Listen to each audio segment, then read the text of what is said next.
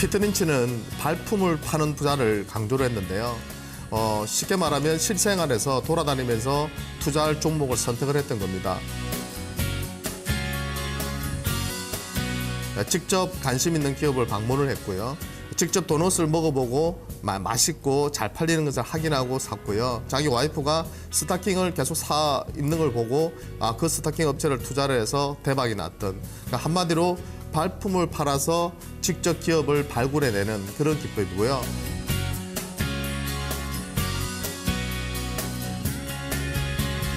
잘 나가는 기업에 투자를 해라는 겁니다.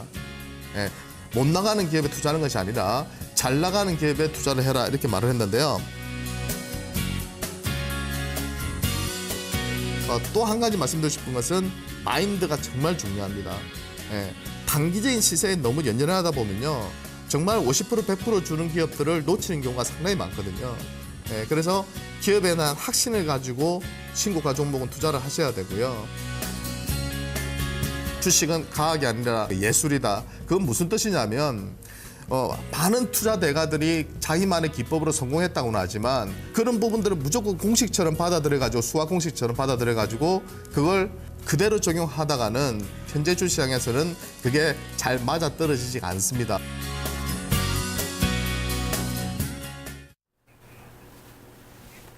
레전드에게 듣는답니다. 토마토 투자자문 유성치 운용역과 함께하겠습니다. 안녕하세요. 네, 안녕하세요. 반갑습니다. 네, 지수는 비록 이렇더라도 이럴 때가 오히려 또 가슴 뛰는 순간이라고 우리 방송 해주시면서 한번 말씀해 주셨던 거 기억나요. 정말 잘 분석해 놓은 좋은 기업, 주가가 싸질 때, 내려갈 때 이제 매수를 해서 내 것으로 담는 거죠. 네네. 네, 자, 지금 시장과 또 전략에 대해서 레전드의 시각으로 살펴보도록 하겠습니다. 네, 감사합니다. 방금 말씀 잘 해주셨는데요. 피터 린치를 비롯한 투자의 대가들이 수익을 그러니까, 우리에게 정말 투자의 대가다, 정말 엄청난 수익률을 냈다, 이렇게 이제 존경을 받는 이유가 뭐냐면요. 그 사람들은 우리하고 반대로 투자를 했기 때문에 그렇습니다. 시장이 정말 어려울 때, 힘들 때, 그럴 때 그 사람들은 그 공포를 샀거든요. 근데 일반적으로는 시장이 빠질 때, 좋은 기업들이 싸게 거래될 때 매수를 해야 된다는 것은 인지하고 있지만, 실제로 시장이 흔들리거나 빠지게 되면 손이 잘 나가지 않습니다. 왜? 준비를 해놓지 않았기 때문에 그렇거든요. 그러니까 현금이 없다든지, 또는 너무 경기 민감 업종이나 지수 급락할 때 피해를 보는 업종에 집중을 하고 있다 보니까 그쪽에서 현금화를 할 수 없는 상태가 오게 되고요. 그러다 보니까 정말 좋은 기업들이 싸게 거래될 때는 또 못 사게 돼요. 그러니까 나중에 또 급등이 들어오고 나면 그때서야 피해본 업종이 좀 올라오면 그쪽을 또 현금화해서 이제 살려고 하다 보니까 계속해서 엇박자가 나는 겁니다. 그래서 피터 린치가 말했던 것처럼 고성장주에 투자를 하되 항상 포트 내에서는 대형 우량주와 고배당주와 같은 안전자산, 그죠? 안전마진을 확보하고 있는 그런 기업들도 같이 투자해야지만이 이런 지수의 흔들림을 극복할 수 있고 기회로 잡을 수 있다, 이렇게 말씀드렸는데요. 오늘 올리월장이기 때문에 피터 린치가 책에서 또 강조했던 내용들이 몇 개 있거든요. 그 부분을 제가 진행하면서 시장 상황하고 좀 연계해서 설명을 좀 드리도록 하겠습니다. 첫 번째는요, 주식 투자는 채권보다 위험하다. 물론, 피터 린치는 이 얘기를 했습니다. 왜냐면, 채권은 돈을 빌려주는 거잖아요. 회사에다가. 그 회사에서 발행한 채권을 내가 사고, 거기에서, 일정한 이자를 받는 것이 채권이기 때문에, 피해 볼 일이 없어요. 그때 시절에 채권금리가 어떻게 되는가에 따라서 내가 준 만큼 보상을 받는 건데요. 옛날에 잘 나갈 때 우리 IMF 때나 이럴 때는 그죠? 20% 이상 채권금리가 뛰어오른 적도 있지만 실제로 보면은 거의 최근 들어서 이제 보면은 거의 2, 3%대 정도, 그 정도 수준에서 왔다 갔다 하거든요. 그러니까 조금 부실한 회사들은 4%, 5%도 주는데 실질적으로는 은행 이자 정도 수준에서 왔다 갔다 하는 수준이라고 볼 수 있겠습니다. 근데 그럼에도 불구하고 피터 린치가 왜 주식 투자를 해야 된다고 그 책의 상당한 부분을 할애해서 강조를 했냐면, 이 사람이 전체적으로 이렇게 쭉 분석을 해보니까 채권보다는 주식이 장기적으로 훨씬 더 수익이 좋았다는 거죠. 그 이유를 자기가 분석해 보니까 결국 채권은 이자 수익인데 반면에, 그죠? 주식은 그죠? 기업의 가치가 얼마만큼 성장할지 그 한계가 없다는 것이죠. 물론 만 원짜리가 그죠? 파산을 하게 되면 빵원은 될 수 있죠. 그렇지만 만 원의 손실이지만 이 만 원짜리가 2만 원이 될지 5만 원이 될지 10만 원이 될지 그러니까 기업의 가치는 무한되기 때문에 결국 네, 그 똑똑한 기업 그러니까 알짜배기 기업을 잘 고르게 되면 그 가치가 무한하다. 그래서 기업 가치에 주목해라. 시장보다는 기업을 분석하고 거기에 할애하고 실생활에서 그런 종목을 찾아서 투자해라 이렇게 얘기를 했거든요.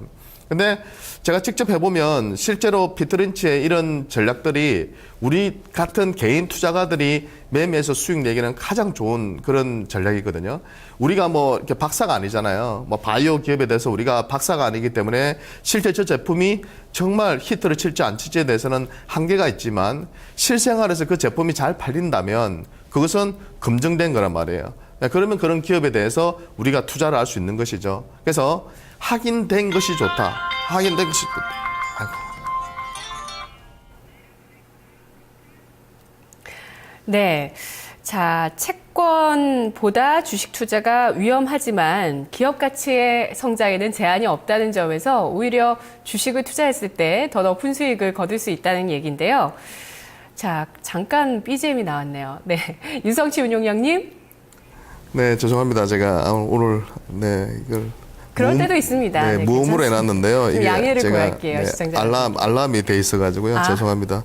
네. 전화 주실 분이 계셔가지고 죄송하고요.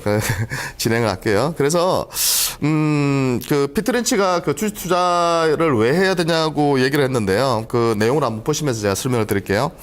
1927년부터 60년간 $1,000씩 그 복리 투자를 할 시에 이 비교를 해봤습니다. 그래서 물론 지금 시대하고 그때 시대하고 다르긴 한데요.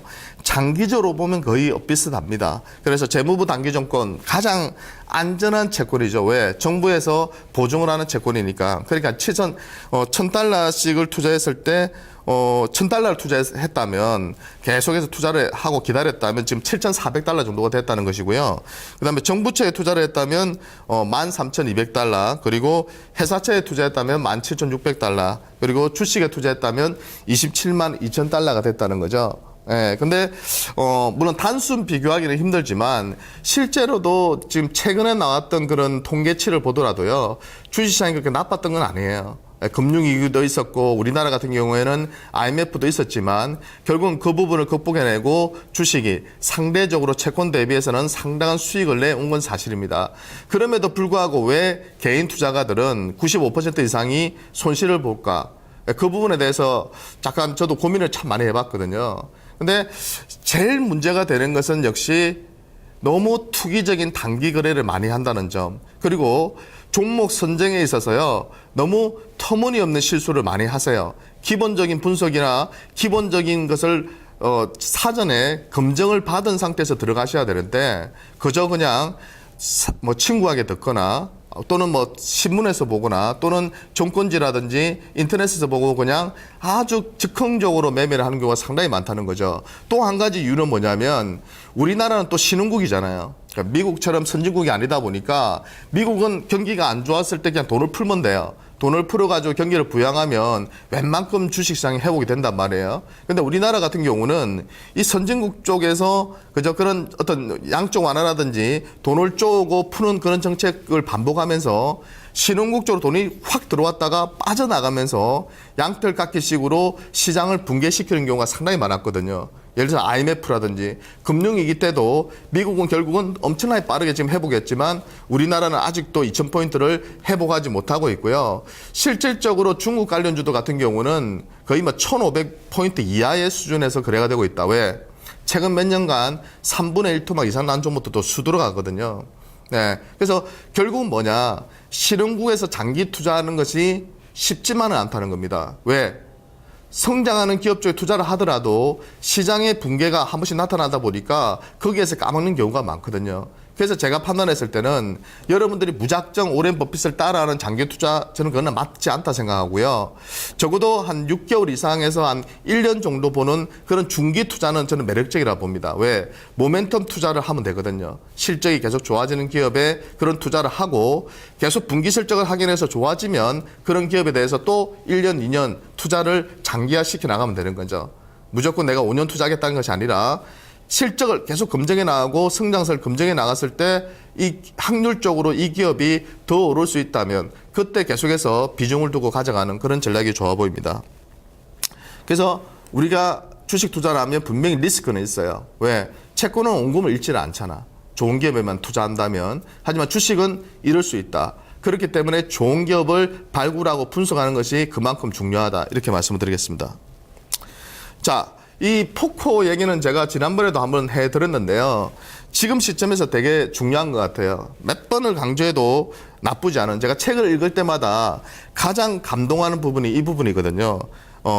카드 보세요. 3장에서 4장 정도 공개되잖아요. 그러면 일반적인 상식적인 사람은 상대방 패를 4장을 보고요. 제 패를 4장을 봅니다. 그러면 어떻게 되죠? 내가 이길까 질까를 대부분은 판단할 수 있어요. 내가 여기서 게임을 접을 것인가 아니면 배팅 금액을 늘릴 것인가를 판단할 수 있거든요.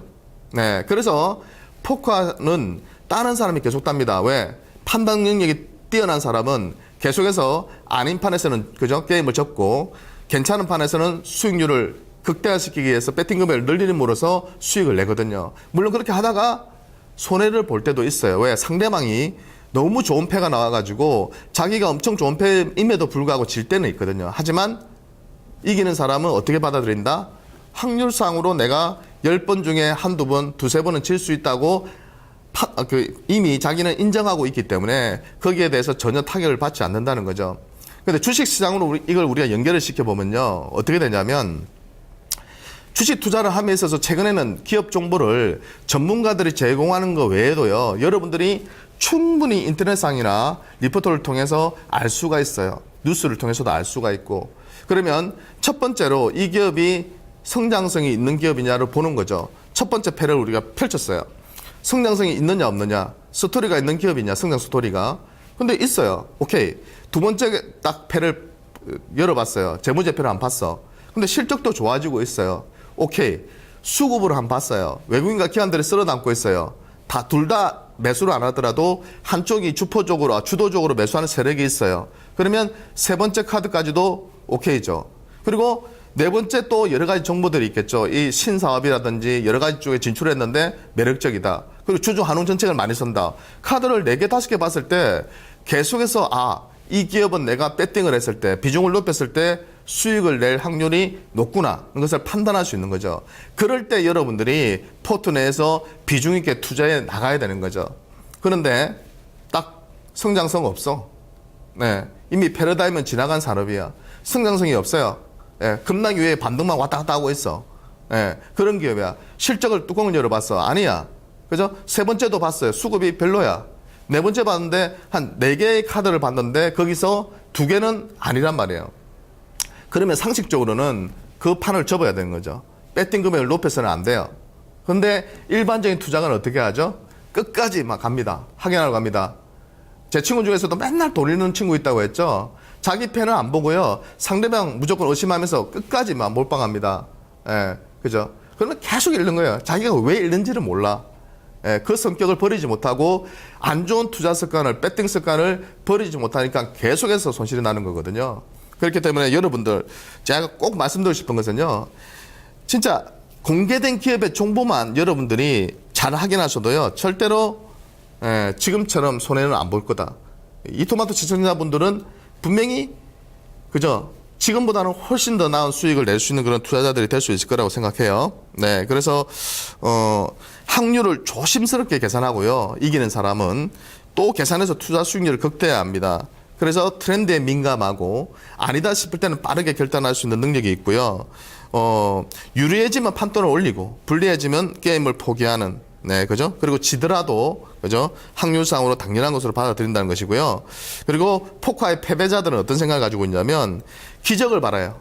네, 아닌 거 알면서도. 그러면서 패배의 쓰리를 코스트 같은 이 패배의 스릴을 즐깁니다. 예, 왜 그런지 모르겠지만. 그리고 매번 끝까지 가서 결국 비싼 대가를 치르고 나옵니다. 최근 몇 년간 중국주들이 아니라는 것을 알면서도 중국 관련주에 투자했던 분들, 특히 민간 산업재 자본재 쪽, 제가 말하는 것은 내수 쪽은 좋게 봤고 그쪽은 결국은 몇 배 이상 날아갔죠. 화장품을 비롯해서 많은 관련주들이. 그래서 어떤 선택을 하는가에 따라서, 그리고 자기가 인간이기 때문에 실패할 수 있어요. 실수할 수 있어요. 하지만 그것을 바로 잡을 수 있는 결단력이 필요하다는 거죠. 왜? 주식은 확률 게임이기 때문에 내가 10번 투자해서 10번 다 이길 수가 없어요. 6번만 이겨도요, 엄청난 고수입니다. 실전 고수거든요. 네. 그렇게 말씀을 좀 드리고 싶고요. 잃는 사람은 계속 잃을 수밖에 없기 때문에, 빨리 습관을 고치셔야 되고요.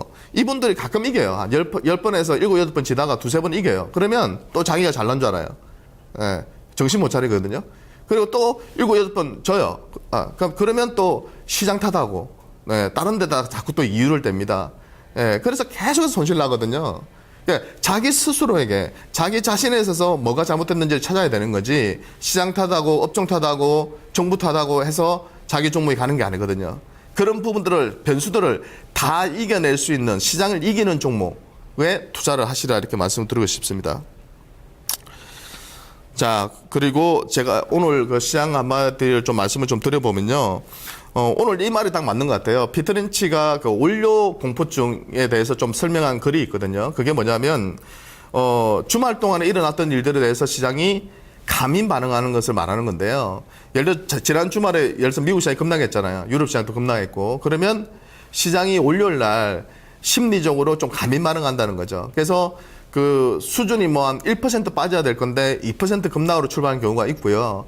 또 호재가 나왔을 때도 한 1% 올라서 출발해야 될 시장인데 2% 이상 막 급등 출발하는 경우가 있거든요. 근데 그런 것들이 심리적인 부분이라는 거죠. 왜? 공포에 휩싸여가지고 그 절정에 달했던 심리가 월요일 시초가에 반영이 되는 겁니다. 근데 그것은 정상적인 상황으로 저는 간다고 보는 거죠. 그래서 지금 장이 요새 좀 그렇죠. 특히 지난주부터 만기 이후에 이제 시장이 급락하면서 전체적으로 1900 초반대까지 내려와 있고요. 거기에다가 지금 제일모직이 지난주에도 공모하면서 돈을 또 쓸어 담았고요. 그래서 오늘 이제 증거금이 인출됐으니까 수급은 풀리기 시작하다가 18일 날 또 이제 상장되니까, 그죠? 팔고 나오는 자금들이 있겠죠. 그러면 그때부터 수급은 정상화될 가능성이 높다고 보고 있어요. 단지 기관 입장에서는 지금 연말이거든요. 그래서 포트폴리오를 손실난 종목부터 쳐내고 너무 많이 빠진 종목은 또 사고, 그리고 수익 많이 난 종목도 좀 챙기고, 이런 식으로 좀 포트를 인도 드레싱하고 있는 그런 상황이라고 보시면 돼요.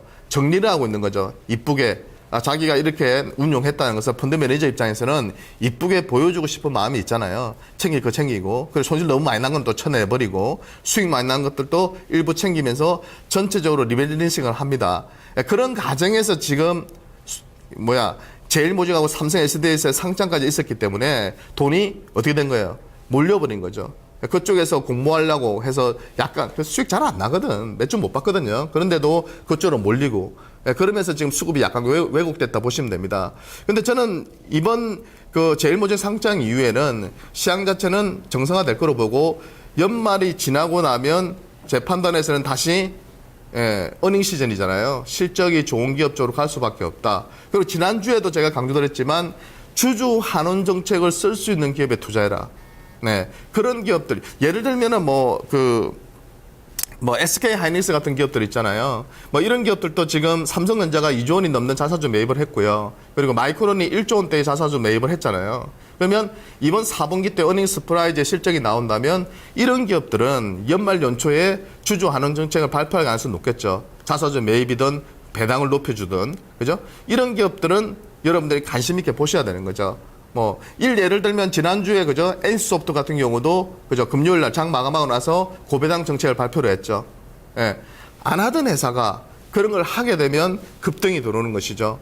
예. 그런 것들은 미리 파악하고 여러분들이 매수해두고 그런 기업들이 급등할 때 또 수익을 좀 챙기시면서 최근에 쉬고 있는 그런 주력주들을 다시 모아가는 그런 전략이 좋은 거죠. 네. 그러면 핵심은, 핵심은 뭔가요? 실적이 좋은 기업을 사셔야 된다는 거죠. 네. 네. 근데 NC소프트 같은 기업이 배당을 발표할 걸 미리 어떻게 하나요? 알 수가 어렵고, 알기가 어렵고. 네. 그리고 오늘 만약에 이렇게 상승을 하잖아요? 그러면 일단 시점 자체는 오늘 장중에 이제 1900선을 깼으니까, 어느 정도의 뭐 블랙 먼데이라고 볼 수 있겠죠?